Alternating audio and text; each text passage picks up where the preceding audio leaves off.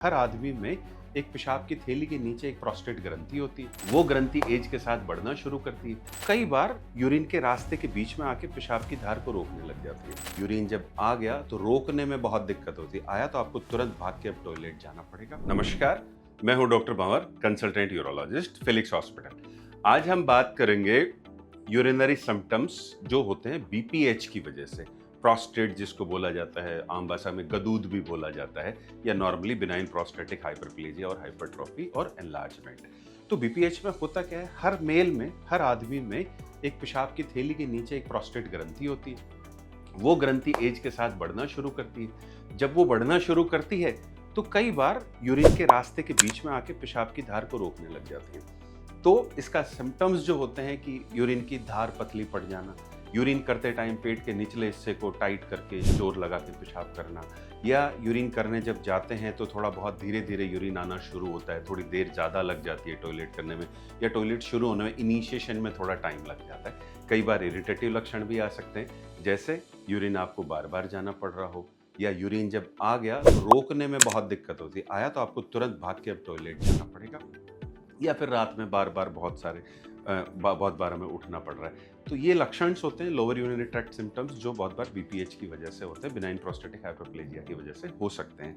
तो इसमें हम किस तरह से ट्रीटमेंट करते हैं, किस तरह से इवेल्युएशन होते हैं, इसके अंदर सबसे पहले लक्षण का स्कोरिंग किया जाएगा कि आपको जो परेशानियां कितनी ज़्यादा हैं, कितनी कम हैं।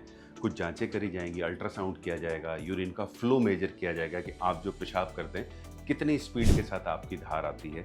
और कई बार हमें जरूरत पड़ती है, हम सीरम पीएसी की जांच करते हैं जो प्रोस्टेट कैंसर को रूल आउट करता है। इन जांचों के बाद में मुख्यतः मरीजों को दो कैटेगरी में डिवाइड किया जाता है। एक, जो मेडिकल मैनेजमेंट के लिए, जो दवाइयों के लिए उपयुक्त है, जिनके लिए दवाइयाँ बहुत उपयुक्त है, जिनको हम अगर दवा देंगे तो अच्छा रिस्पॉन्ड करने की संभावना है। कुछ जिनके अंदर दवाइयों से बहुत ज़्यादा रिस्पॉन्स की उम्मीद नहीं है, या दवाइयाँ देना नुकसानदायक हो सकता है, क्योंकि प्रोस्टेट ने ऑलरेडी इतना उनकी किडनीज को नुकसान कर दिया है कि यहाँ दवाई देना घातक हो सकता है। तो ये सबसे पहले कैटेगराइजेशन किया जाता है। उसके बाद दवा वाले ग्रुप में दवा शुरू करी जाती है, ऑपरेशन वाले ग्रुप को ऑपरेशन की सलाह दी जाती है। कुछ लोग जिनमें कि बिल्कुल ऑपरेशन करना ही पड़ेगा, कुछ लोग होते हैं बहुत कम, जैसे जिनकी किडनीज प्रोस्टेट के एनलार्जमेंट की वजह से खराब होना शुरू हो चुकी है, कि किडनी खराब होने लग गई है, तो अब दवा का ज़्यादा रोल नहीं है, क्योंकि हम दवा ट्राई करते रहेंगे तो ओवर द टाइम हमारी किडनी और ज़्यादा खराब हो जाएगी। या आपको बार बार यूटीआई होने लग गए हैं, या ब्लैडर के अंदर स्टोन फॉर्मेशन होना शुरू हो गया। ये कुछ कंडीशंस होती हैं जहाँ पे स्ट्रेट अवे आपको ऑपरेशन की सलाह दी जाती है। या फिर कि आप ऑलरेडी कैथेटर पे हैं और बार बार कैथेटर निकाल के ट्राई कर चुके हैं और सक्सेसफुली आप टॉयलेट नहीं कर पा रहे हैं, तो आप जब लॉन्ग टर्म कैथेटराइजेशन पे चल रहे हैं तो भी आपको प्रोस्टेट के ऑपरेशन की सलाह दी जा सकती है। अगर आप इनमें से किसी ग्रुप में नहीं है तो नॉर्मली आपको दवा के साथ शुरू किया जाता है।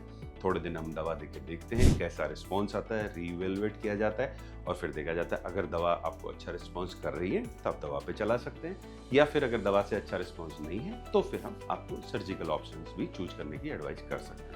Thank you. हेल्थ से जुड़ी ऐसी कई और जानकारी के लिए फेलिक्स हॉस्पिटल के यूट्यूब चैनल को सब्सक्राइब करें और अपने सवाल कमेंट बॉक्स के जरिए हम तक पहुंचाएं। और डॉक्टर की अपॉइंटमेंट के लिए दिए गए नंबर 9810455953 पर संपर्क करें।